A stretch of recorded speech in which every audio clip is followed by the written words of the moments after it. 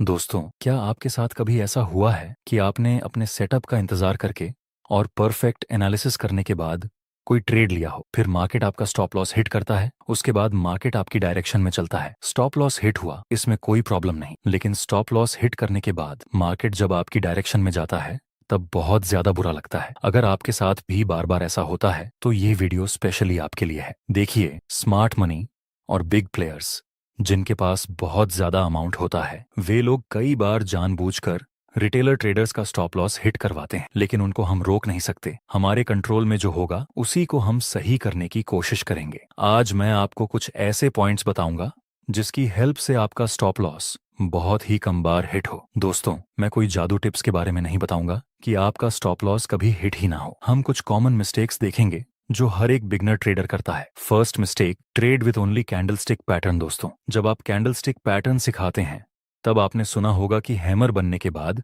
Market ऊपर जाता है और शूटिंग स्टार बनने के बाद मार्केट नीचे आता है। तो क्या यह सही है? ये बात 100% सही नहीं है। इसको एक एग्जाम्पल से समझते हैं। यहाँ पर मार्केट में एक प्रॉपर अपर ट्रेंड है, उसके बाद एक शूटिंग स्टार का निर्माण हुआ। अब जिन जिन बिगनर ट्रेडर्स ने अभी अभी कैंडलस्टिक पैटर्न के बारे में सीखा है, वे सब लोग यहाँ शूटिंग स्टार देखकर सेल में एंट्री करने लगेंगे और आगे मार्केट ये सभी बिगनर्स का स्टॉप लॉस हिट करने के बाद ऊपर चला जाता है। यहाँ बिगिनर ट्रेडर ने क्या गलती की? उसने सिर्फ शूटिंग स्टार को देखकर सेल में एंट्री कर ली। आप ही बताइए, क्या इस शूटिंग स्टार में उतनी ज्यादा पावर हो सकती है कि ये पूरे के पूरे ट्रेंड को रिवर्स कर दे? Answer is no. आपको हमेशा ट्रेंड के साथ चलना है और उसके साथ ही दूसरी कॉन्फर्मेशन चेक करनी है। दोस्तों, मेरा यकीन मानिए, जब आप ट्रेंड के साथ काम करेंगे तब आपका स्टॉप लॉस भी बहुत कम हिट होगा। दूसरी मिस्टेक जो हर एक बिगिनर ट्रेडर करता है, अब तक आपने सीख लिया कि आपको ट्रेंड के साथ कैंडलस्टिक पैटर्न को देखना है। इतना सीखने के बाद आप कुछ ऐसा कर सकते हैं कि यहाँ पर प्राइस हायर हाई और हायर लो के स्ट्रक्चर में ऊपर की तरफ मूव कर रहा है और उसके बाद हमें एक हैमर कैंडल की फॉर्मेशन मिली। साथ ही कॉन्फर्मेशन कैंडल भी यह ट्रेंड बुलिश है और हैमर कैंडल भी बुलिश का सिग्नल देती है। तो क्या ऐसी स्थिति में यहाँ पर बाय में एंट्री कर लेनी चाहिए? डेफिनेटली लोग यहाँ पर बाय करेंगे। देखते हैं आगे क्या होता है।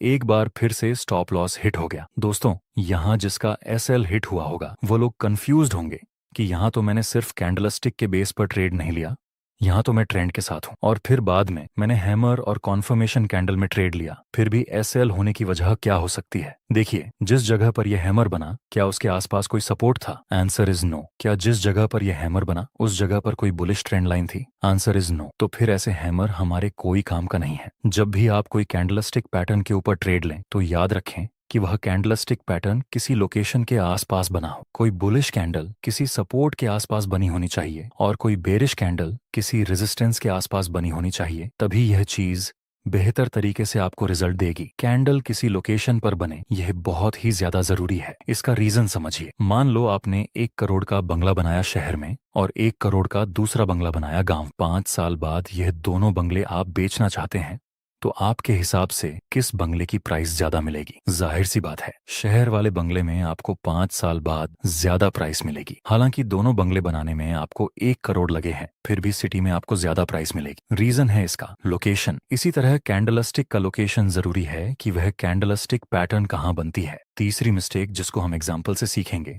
एक जरूरी बात, अगर आप चार्ट्स पर से नीचे आ चुका है और नीचे ये सपोर्ट भी है, यहाँ प्राइस ये सपोर्ट से 3 बार ऊपर भी जा चुका है, मतलब इस वक्त ये एक साइडवे मार्केट है। साइडवे मार्केट में हम ट्रेड नहीं कर सकते। हम वेट करेंगे कि या तो मार्केट इस रेजिस्टेंस को ब्रेक कर जाए या फिर यह सपोर्ट ब्रेक हो जाए। नेक्स्ट हम देखें तो प्राइस ने इस रेजिस्टेंस को ब्रेक कर दिया, लेकिन अभी हम इसमें एंट्री नहीं कर सकते। हम रिटेस्ट का वेट करेंगे। नेक्स्ट प्राइस रिटेस्ट के लिए भी आता है और बाद में एक हैमर और कंफर्मेशन कैंडल का निर्माण हुआ। अब हमें बाय में एंट्री कर लेनी चाहिए। नेक्स्ट हम देखें तो प्राइस ऊपर तो गया, लेकिन प्रॉफिट टारगेट हिट होने से पहले ही स्टॉप लॉस हिट हो गया। और उसके बाद क्या हुआ? स्टॉप लॉस हिट होने के बाद फिर से प्राइस ने ऊपर की तरफ मोमेंटम दिया और वहां हमारा प्रॉफिट टारगेट हिट हो गया। लेकिन अब क्या फायदा? हमारा एसएल तो कब का हिट हो गया है। दोस्तों, इसमें मिस्टेक ये है कि हमने प्रॉफिट टारगेट बहुत ही ज्यादा बड़ा रख दिया था दिखने में। ये मिस्टेक बहुत ही मामूली लगती है, लेकिन लोग ऐसी गलतियां बार बार करते हैं। अगर हम यहां तक का प्रॉफिट टारगेट रखते तब भी हमें 1 से 3 का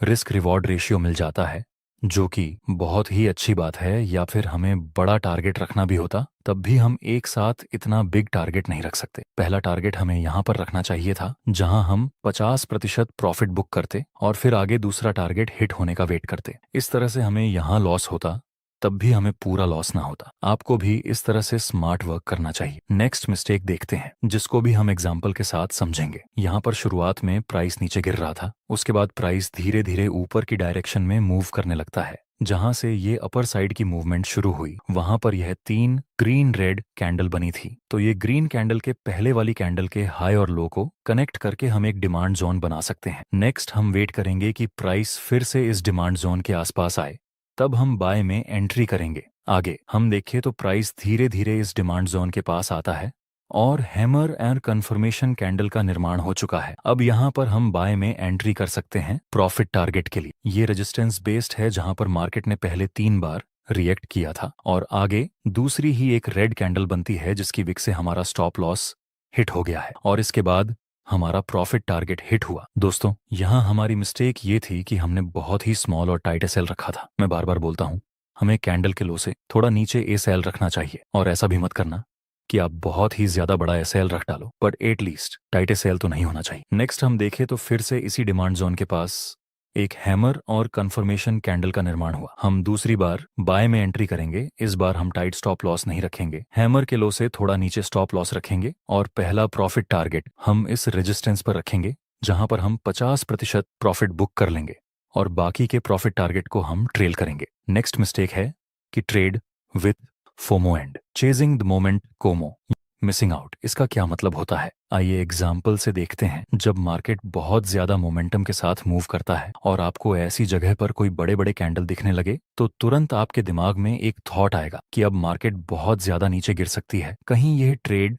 मिस ना हो जाए, इसलिए मैं यहाँ तुरंत एंट्री कर लेता हूँ। इसको बोलते हैं फोमो। जब आप फोमो के साथ ट्रेड करेंगे तब आपकी एंट्री सही नहीं होगी, एंट्री सही नहीं होगी तो स्टॉप लॉस भी सही नहीं रहेगा। इसलिए हमेशा वेट करें रिटेस्ट का, और मार्केट रिटेस्ट करने के लिए जरूर आता है। और वैसे भी शुरुआत में ये रेड कैंडल यहाँ तक नीचे गिर रही और बाद में एक बड़ी विक बनाकर ऊपर क्लोज हो गई। मतलब जिन जिन लोगों ने यहाँ सेल में एंट्री किया था वो लोग ऑलरेडी अपना प्रॉफिट बुक करने लगे हैं। तो फिर प्राइस में एक पुल बैक तो मिल सकता है, फिर प्राइस एक पुल बैक के साथ ऊपर जाता है और इस रेजिस्टेंस के पास एक बेरिश सिग्नल मिला। अब हम सेल में एंट्री कर सकते हैं स्टॉप लॉस कैंडल के हाई से थोड़ा सा ऊपर, और प्रॉफिट टारगेट के लिए हम इस कैंडल के लो का यूज करेंगे जहां बहुत ज्यादा वीक है। नेक्स्ट हम देखें तो कुछ ही समय में हमारा प्रॉफिट टारगेट कंप्लीट हो चुका है और आखिरी मिस्टेक है कि साइकोलॉजिकल नंबर में एसएल रखना। साइकोलॉजिकल नंबर जैसे कि 500, 1000, 1500 सपोज की